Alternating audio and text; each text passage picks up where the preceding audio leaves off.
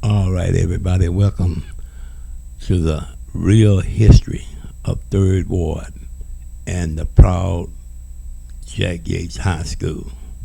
And Reverend Jack Yates have did so much for blacks in the early 1900s, being the first minister of the First Baptist Church here in Houston, which was Antioch Baptist Church, also leading the black to be able to purchase their own land in 1870, 5 years after the Emancipation Proclamation, buying the property over there on Elgin and Dowling, and became the first park in the state of Texas, and it was called Emancipation Park.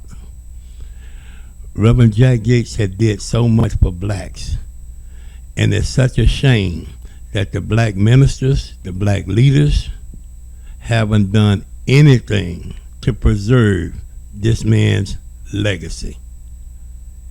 The black churches nowadays are into buying land, and they're not interested in saving our black legacy of Reverend Jack Yates. The white people had to give us that school, Jack Yates, not the blacks, because blacks ain't done nothing for Jack Yates in 94 years. It was the whites who named that school and built the first black high school here in Houston, Texas in 1926. Jack Yates High School, 2610 Elgin. And when they built that school, they wanted to make sure it had a experienced principal.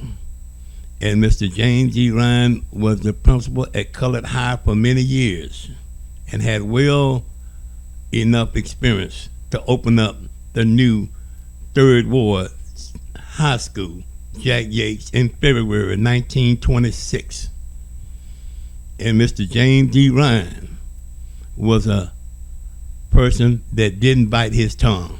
He told the white people, all white school board, how he felt, and they was not going to mistreat Jack Yates under no means necessary. Jack Yates would be getting treated equally as far as he concerned. And when he seen racist and prejudice, James D. Ryan was the first one to open his mouth and tell him.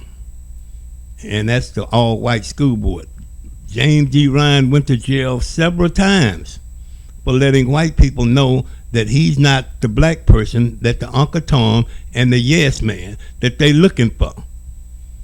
And as rumors were spreaded around, it wasn't HISD, the school board, to give him that. They wanted, when I say they, the founders here in Houston, Texas, they wanted to make sure that Jack Yates would be ran properly and there would be no Uncle Tomming. That's why they offered that job to James D. Ryan and told the Houston School Board that this is what they wanted for Jack Yates. And that's why Mr. James D. Ryan was the first principal. It wasn't the idea that white folks wanted him to have that job. No, they did not want him to have that job. It was the people who were sponsoring the city of Houston. They the one demand that if anyone gonna open up a black school and built it from the ground up, it would be, the principal would be James D. Ryan. Because Booker T. Washington, at that time it was called Colored High. That was not built for black folks. That school was built for white folks. They gave blacks that school. So Jack Yates was the first school that the Houston Independent School District built for blacks. And that was in 1926, and Mr. Ryan remained the principal to 1940. And when Mr. Ryan took over, he wanted to make sure that he had the right people, the person to help fulfill his dream of keeping Jack Yates' legacy alive. So he went to Indiana to bring Mr. William Holland to be his first football coach.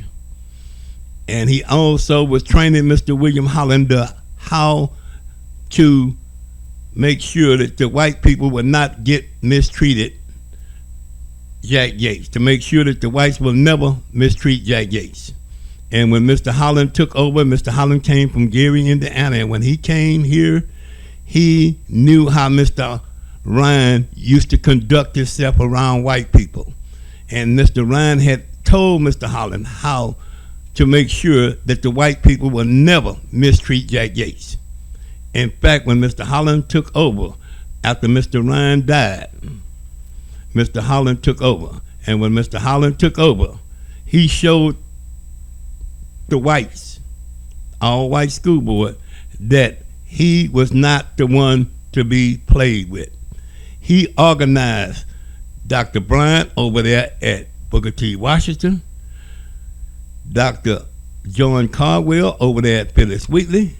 He organized them and told them that they would not march in the Houston Livestock Rodeo Show, marching behind the horses and the cows. And he told the all-white school board and the city of Houston that none of the black schools will participate in the Fat Stock Livestock Parade unless they change the arrangement where the blacks would not be marching behind the horses. And then, therefore, they knew that Mr. Holland had power.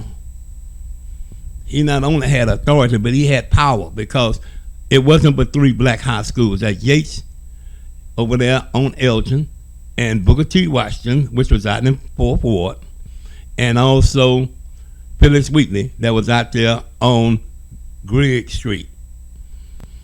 And Mr. Holland made sure that if they didn't move them from behind them horses, the blacks will never march in a parade until it's done. And right then, the white school board racist, Mr.